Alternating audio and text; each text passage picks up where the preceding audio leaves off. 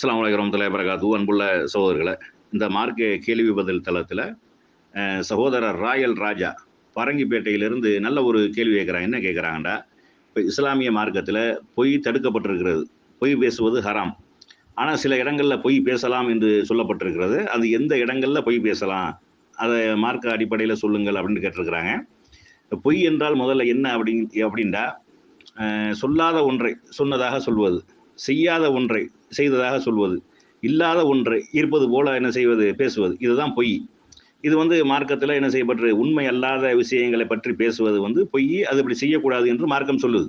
ஆனால் சில இடங்களில் அந்த மாதிரி பேசுவது பொய் இல்லை, அது பொய்யில் வராது, பொய் தான், ஆனால் அது பொய்யில் வராது என்று சொல்லி நபி ஸல்லல்லாஹு அலைஹி வஸல்லம் அவங்க சொல்கிறாங்க. அதில் முஸ்லீமில் வரக்கூடிய செய்தி 5079வது ஹதீஸாக என்ன செய்யப்பட்டிருக்கு, பதிவு செய்யப்பட்டிருக்கிறது.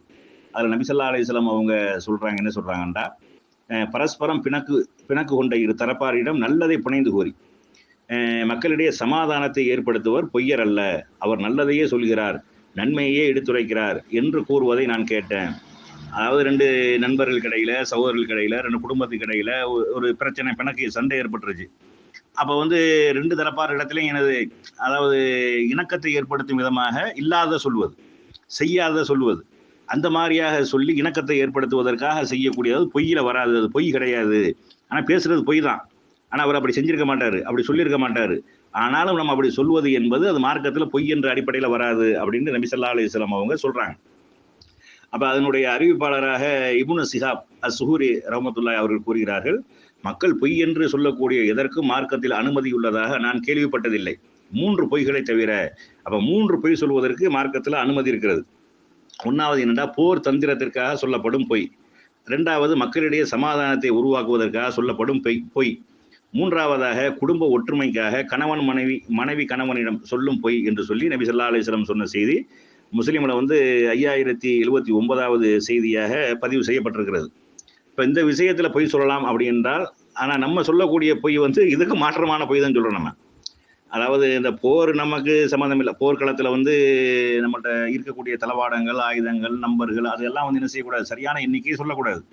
அது கூட குறைய சொல்வதற்கு மார்க்கத்தில் அனுமதி இருக்குது. போர் தந்திரத்துக்காக சொல்லப்படும் பொய்ன்னு சொல்கிறாங்க. 2வது, அந்த குடும்பத்துக்கு இடையில, நண்பர்களுக்கு இடையில சமாதானத்தை உண்டு பண்ணுவதற்காக, இணக்கத்தை ஏற்படுத்துவதற்காக சொல்லக்கூடிய பொய் இருக்கா இல்லையா. ஆனால் நம்ம ஆளுக்கு என்ன செய்வாங்கன்னா, அந்த 2 பேரும் சும்மா லேசாக சண்டையாக இருக்கு, 2 நாளில் அவங்களே சேர்ந்துருவாங்க. அந்த சண்டையை ஜென்ம பகையை ஆக்கி விடுறதுக்கு போய் சொல்லுவாங்க. அப்படி சொல்லக்கூடாது, பெரும் பாவத்தில் சேர்ந்துடும். அப்போ 2 பேருக்கு இணக்கத்துக்கு ஏற்படுத்தி, உன்னை பற்றி அவர் அப்படி பேசலப்பா, அந்த அர்த்தத்தில் சொல்லலப்பா, அவர் உன்னை பற்றி நல்லா தான் நினச்சிக்கிட்டு இருக்கிறாரு அப்படிங்கிற மாதிரி அவர்கிட்ட போய் சொல்கிறது. இவர்கிட்ட பற்றி நீ சொன்ன மாதிரிலாம் அவர் இல்லைப்பா, அவர் அதுக்கு மாற்றமாக இருக்கிறாரு, அவர் உன் மேலே நல்ல அபிமானம் கொண்டிருக்கிறாரு, ஏதோ சைத்தானுடைய இது நடந்து போச்சு அப்படிங்கிற மாதிரி அந்த இணக்கம் ஏற்படுத்தும் விதமாக சொல்லக்கூடிய பொய் இருக்கா இல்லையா. அதுதான் மார்க்கத்தில் அனுமதிக்கப்பட்டது ஒழிய 2 பேரையும் பிரித்து விடுறதுக்கு, அவங்க 2 குடும்பத்தையும் இனிமேல் ஜென்மத்துக்கும் சேர விடாமல் ஆக்குறதுக்கு நம்மளுக்கு என்ன செய்கிறாங்க, பொய் பேசக்கூடிய காட்சியை பார்க்குறோம். அதே மாதிரி கணவன் மனைவி கணவனுக்கு இடையில சொல்லக்கூடிய பொய்யும் நபி ஸல்லல்லாஹு அலைஹி வஸல்லம் என்ன செய்கிறாங்க, அது அனுமதிக்கப்பட்ட பொய்ன்னு சொல்கிறாங்க. அது அந்த இல்லற வாழ்வு அப்போ தான் என்ன செய்யும், இனிக்கும்.